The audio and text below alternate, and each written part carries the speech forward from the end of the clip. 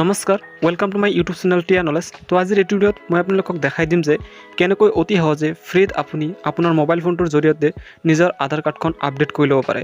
আৰু ইয়াৰ বাবে মাত্ৰ আপোনালোকৰ 2 বা 3 মিনিট সময় লাগিব আধাৰ কাৰ্ডখন নিজৰ মোবাইলটোৰ জৰিয়তে আপডেট কৰিবলৈ। আৰু আধাৰ কাৰ্ডখন ফ্ৰীত আপডেট কৰিবলৈ মাত্ৰ আপোনালোকৰ মাজত সময় আছে 3 দিন। তো ইয়াৰ মাজতে যদি আপোনালোকে নিজৰ আধাৰ কাৰ্ডখন আপডেট নকৰে তেন্তে আপোনালোকে পিছত পইচা দি আপডেট কৰিব লাগিব। তো আজিৰ এই ভিডিঅ'ত মই আপোনালোকক দেখাই দিম যে কেনেকৈ আপুনি ফ্ৰীত নিজৰ মোবাইলখনৰ জৰিয়তে নিজৰ আধাৰ কাৰ্ডখন অতি সহজে আপডেট কৰি ল'ব পাৰে। তো মই আপোনালোকক গোটেই প্ৰচেছটো দেখাই দিম। তো আপোনালোকে ভিডিঅ'টো অলপ স্কিপ নকৰাকৈ প্ৰথমৰ পৰা একেবাৰে শেষলৈকে চাব আৰু ভিডিঅ'টো এটা লাইক কৰি দিব আৰু চেনেলত প্ৰথমবাৰ ভিজিট কৰি প্লিজ চেনেলটো ছাবস্ক্ৰাইব কৰি কাষতে থকা বেল আইকনটো প্ৰেছ কৰি দিব যাতে এনে গুৰুত্বপূৰ্ণ আপডেটবোৰ আপুনি সদায় পাই থাকিবলৈ সক্ষম হয়। তো বলক পলম নকৰি আমি আজি ভিডিঅ'টো আৰম্ভ কৰোঁ। তো ফাৰ্ষ্ট আপোনালোকে আপোনালোকৰ মোবাইলত থকা গুগল ব্ৰাউজাৰটো অপেন কৰি ল'ব আৰু তাত আপোনালোকে সাৰ্চ কৰি দিব UIDAI এইটো বুলি আপোনালোকে সাৰ্চ কৰি দিব।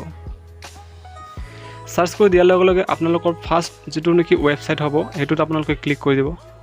তো ক্লিক কৰি দিয়াৰ লগে লগে আপোনালোকৰ এনেদৰে ইণ্টাৰফেচ খোল খাব আৰু আপোনালোকে অলপ স্ক্ৰল কৰি চাব য'ত আপোনালোকৰ লিখা আছে আধাৰ আপডেট হিষ্ট্ৰী। তো ইয়াত আপোনালোকে ক্লিক কৰি দিব আৰু ক্লিক কৰি দিয়াৰ লগে লগে আপোনালোকৰ এটা ইণ্টাৰফেচ খোল খাব। তো এনেদৰে ইণ্টাৰফেচ এটা খোল খাব। তাৰপিছত তলত আপোনালোকে অলপ স্ক্ৰল কৰি চাব যে ইয়াত লগইন বুলি এটা অপশ্যন আছে। তো এই লগইন অপশ্যনটো আপোনালোকে ক্লিক কৰি দিব। ক্লিক কৰি দিয়াৰ লগে লগে আপোনালোকৰ এণ্টাৰ আধাৰ নম্বৰ আৰু এণ্টাৰ কেপচা বুলি লিখা আহিব। তো আপোনালোকে আপোনালোকৰ 14 নম্বৰ আধাৰ নম্বৰটো ফিল আপ কৰি আৰু লগতে কেপচাটো ফিল আপ কৰি আপোনালোকে লগইন উইথ OTPত ক্লিক কৰি দিব। তো মই আপোনালোকক দেখাই আছোঁ যে কেনেকৈ আপুনি নিজৰ আধাৰ কাৰ্ডৰ নম্বৰটো ফিল আপ কৰি তাৰপিছত কেপচাটো ফিল আপ কৰি OTPত ক্লিক কৰিব। তো এনেদৰে আপুনি নিজৰ আধাৰ কাৰ্ডৰ নম্বৰকেইটা ফিল আপ কৰি ল'ব ফাৰ্ষ্ট। তাৰপিছত অলপ তলত স্ক্ৰল কৰি আপোনালোকে নিজৰ কেপচাটো ফিল আপ কৰি ল'ব।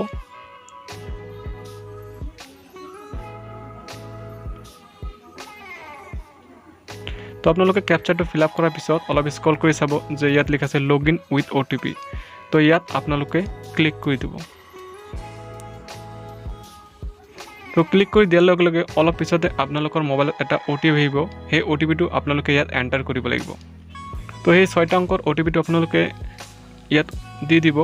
তো মই আপোনালোকক দেখাই দি আছোঁ। 6 অংকৰ OTPটো আপোনালোকে দিয়াৰ পিছত পুনৰ লগইন অপশ্যনটোত ক্লিক কৰি দিব। তো লগইন অপশ্যনটোত ক্লিক কৰাৰ লগে লগে আপোনালোকৰ আধাৰ কাৰ্ডৰ গোটেই প্ৰফাইলটো খোল খাব।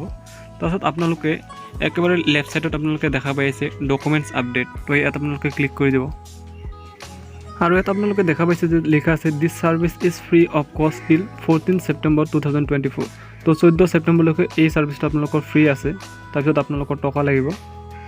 নেক্সট আপোনালোকে এই অপশ্যনটো ক্লিক কৰি দিয়াৰ লগে লগে আপোনালোকৰ ডকুমেণ্টছ আপডেট কৰাৰ অৰ্থাৎ ডকুমেণ্টছসমূহ আপলোড কৰাৰ যিটো প্ৰচেছ সেইটো খোল খাব। তো ইয়াত আপোনালোকে এই পেজটোত অহাৰ লগে লগে নেক্সট কৰি দিব। নেক্সট কৰি দিয়াৰ লগে লগে আপোনালোকে অলপ স্ক্ৰল কৰি চাব যে ইয়াত বিভিন্ন ধৰণৰ ডকুমেণ্টছৰ কথা লিখা আছে। তো আপোনালোকে এইবিলাক পঢ়িব পাৰিব আৰু যদি নপঢ়ে আপোনালোকে পুনৰ নেক্সট কৰি দিব। নেক্সট কৰি দিয়াৰ লগে লগে ফাৰ্ষ্ট আপোনালোকৰ ভেৰিফাই প্ৰচেছটো কমপ্লিট হ'ব। তাৰপিছত নেক্সট আপোনালোকৰ ডকুমেণ্টছ আপলোড কৰাৰ কথা ক'ব।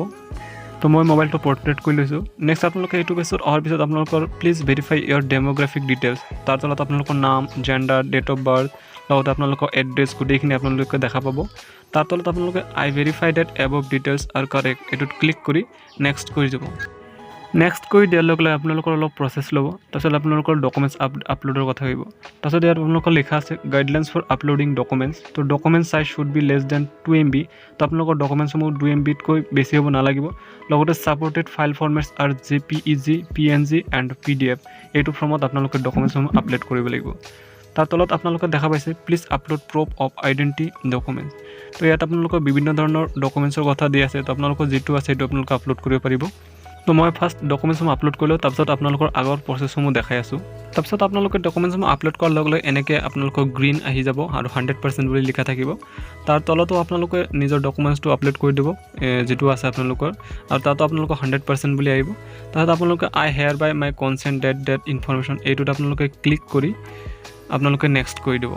নেক্সট কৰি দিয়াৰ লগে লগে আপোনালোকৰ এনেদৰে এটা কনফাৰ্মেশ্যন ৰিকুৱেষ্ট আহিব। তাত আপোনালোকে ক্লিক কৰি দিব আৰু ক্লিক কৰি দিয়াৰ লগে লগে অলপ প্ৰচেছ ল'ব। তাৰপিছত আপোনালোকৰ লাষ্ট প্ৰচেছটো খোল খাব। তো এনেদৰে আপোনালোকৰ dear resident this service is free of কষ্ট টিল 14 ছেপ্টেম্বৰ এনেকৈ আপোনালোকৰ লিখা আহিব।